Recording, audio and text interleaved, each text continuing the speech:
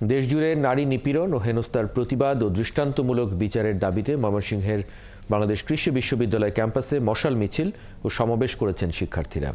সন্ধ্যায় বিশ্ববিদ্যালয়ের কামাল রঞ্জিত মার্কেটের সামনে থেকে মশাল মিছিল বের হয়ে প্রধান সড়ক হয়ে বিশ্ববিদ্যালয়ের ভিসির বাসভবনের সামনে গিয়ে শেষ হয়।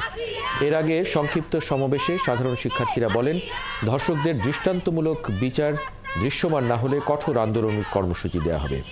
একই সাথে অন্তর্বর্তী সরকারের কাছে নারী ও শিশুদের নিরাপত্তা নিশ্চিতের দাবি জানানো হয় সমাবেশ থেকে।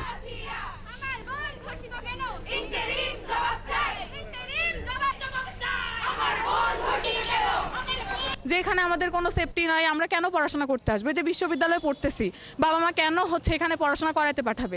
কারণ আমাদের তো কোনো সেফটিই নাই। যে তারা যেন দৃষ্টান্তমূলক শাস্তির একটা ব্যবস্থা করে, যেন দ্রুত এই ধর্ষণটাকে বন্ধ করা হয়। আমরা খুবই হতাশাগ্রস্ত। আমরা নিজেদের অবস্থান থেকে মনে করি যে আমরা কোথাও নিরাপদ কিনা, আমাদের নিজের নিরাপত্তা নিশ্চিত করার উদ্দেশ্যে আমরা আজকে এখানে এসে জমায়েত হয়েছি।